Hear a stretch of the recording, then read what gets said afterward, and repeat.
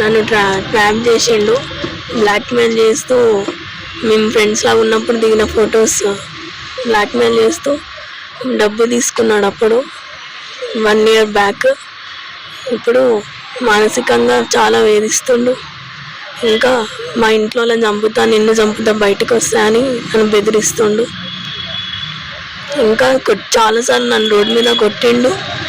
College దగ్గరికి వచ్చి అక్కడ వచ్చి కొట్టిండు. ఇంకా ఇప్పటికీ చాలాసార్లు మా ఇంటి సైడ్ వచ్చి కూడా నన్ను చాలా కొట్టిండు. నేను ఏమన్నా అంటే నువ్వేమన్నా నోరు తెరిస్తే నేను చంపేస్తా చూడు నేను ఏంటి అని చెప్పి నన్ను బ్లాక్మెయిల్ చేస్తుండు. బస్ స్టాప్లో బస్ ఎక్కినప్పుడు కూడా బస్ ఎక్కి బండెక్కి బస్ స్టాప్లో వచ్చినప్పుడు అందరి ముందట పరువు తీయడం, కాలేజ్ దగ్గరికి వచ్చి అందరి ముందట ఫ్రెండ్స్ ముందట కొట్టడం, బస్ స్టాప్లో ఎక్కుతావా ఇప్పుడు సస్తావా అని చెప్పి నన్ను బెదిరించడం, ఇట్లా చేస్తుండు నన్ను.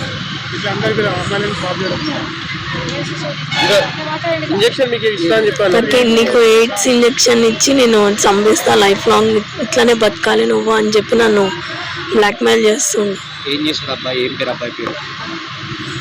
అబ్బాయి పేరు విజయ్ కుమార్, నాగార్జున సాగర్లో ఉంటాడు. ఇప్పుడు డిగ్రీ అయిపోయింది, ఏం చదవట్లేదు. Sardar Vallabhbhai Patel degree PG college, Secunderabad దగ్గర. నాకు మనతో లైఫ్ థ్రెడ్ ఉంది. నాకు నుంచి వాళ్ళ నుంచి నాకు విముక్తి కావాలి. నాకు బయటికి వెళ్ళాలన్నా, కాలేజ్కి వెళ్ళాలన్నా నాకు భయం వేస్తుంది, ఏం చేస్తాడేమో అని. పేరెంట్స్ లేకుండా నేను బయటికి వెళ్ళలేకపోతున్నా, చదువుకోలేకపోతున్నా, ప్లస్ డిప్రెషన్లోకి వెళ్ళిపోతున్నా.